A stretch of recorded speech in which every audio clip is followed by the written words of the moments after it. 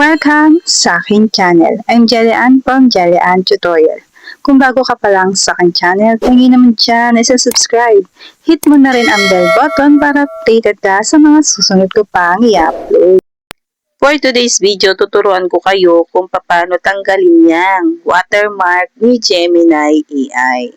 Madali lang yan, basta sundan mo lang ang aking tutorial ngayon at ganito nga siya kapag ka natanggal. Hindi mababago yung picture. Tatanggalin lang talaga yung watermark ni Gemini AI. Kaya kung interesado ka, ay tapusin mo itong video na to hanggang dulo dahil sisimulan ko na pagkatapos ng intro.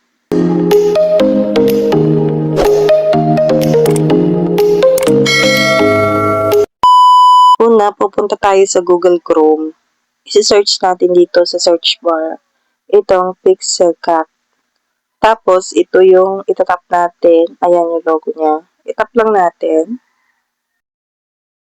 Tapos, ganito nga yung makikita. Ang gagawin mo, pag ganyan na, mag-scroll up ka lang. Tapos, hahanapin mo ngayon itong retouch. Ito yung retouch. Itap lang natin ang retouch. And then, pindutin itong upload image. Piliin natin yung picture. Pag may check na yan, pindutin yung done. Ayan. Itap lang natin yung done. And then, kailangan pala dito, nakalagin tayo gamit ang ating Google account. Itap lang natin yun. Dito, kailangan pumili ka ng Gmail mo kung saan mo ilalagin yun. So, ito yung akin. Hindi ko lang masyadong ipinakita dito kasi para privacy na lang, no?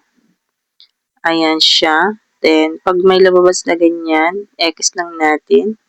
X lang natin. Ayan. X lang natin yan. Pindutin natin yung X sa tabihan. Tapos, ganito na siya. Maglo-loading na siya automatic. Pag ganyan na itsura niya, makikita nyo yung size. Ito yung guhit. I-adjust nyo lang. Ayan kung anong size yung gusto nyo. Tapos, itap nyo lang ito. Ayan, may makikita kayo dyan na nagkulay siya. Ayan. So, ganun lang siya. Kailangan makulayan lang para maalis. Kita nyo ba na alis na?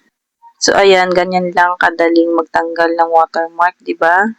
And then, makikita mo itong download sa taas. Pindutin mo lang yan para mag-save siya sa ating gallery. Punta tayo sa gallery natin. Tapos, piliin natin yung picture. Hanapin natin yung picture na ating sinave. Ayan, ito siya. Kita nyo ba? Walang watermark. So, ayan. Wala na siyang watermark. Ito, yan. Ito yung meron. Ito yung wala. So, di ba? Mas maganda tingnan kapag walang watermark ni Gemini AI para naman hindi obvious na kung saan tayo nag-edit. At mas maganda itong gawin kapag halimbawa yung inedit mo ay gusto mong ipa-develop or ipa-print para hindi kita nga yung watermark ni Gemini AI. Kasi yung iba kapag nag-edit sa Gemini AI, pinapa-develop nila at nilalagay nila sa picture frame. Napakaganda naman kasi talaga ng edit ni Gemini AI. Basta galingan nyo lang sa prompt na ginamit nyo at gumamit lang kayo ng Remake Face AI para maging kamukha nyo yung edit. Yung inyong na-edit. Sa mga hindi alam ko paano mag-edit dito sa Gemini AI, meron po ako mga tutorial na ina-upload dito sa aking YouTube channel. Pwede kayong bumisita para malaman nyo kung paano mag-edit. So, yan katulad na lang itong wedding. Ayan, about sa wedding. Madalas po ganyan na ang ina-edit sa Gemini AI. Ipinapaprint nila at nilalagay nila sa picture frame at dinidisplay sa bahay. Ayan. Kung paano nga i-edit, panoorin nyo lang yung video na yan para malaman nyo. Yung mga bawat video na ina-upload ko, nandoon po yung prompt na ginamit ko. Nasa description box lang po para makopy nyo. Sa mga hindi po alam or hindi marunong mag-copy, pwede nyo po akong i-PM sa akin Facebook page. Make sure po na nakasubscribe kayo sa akin at nakafollow dito sa aking Facebook page. Tapos i-PM nyo po ako at humingi po kayo ng prompt Screenshot nyo lang po yung gusto nyong hingan ng prompt para po malaman ko kung ano po iyon. So, yun lang po. Sana po naintindihan nyo po ang aking tutorial kung paano po magtanggal ng watermark ni Gemini AI.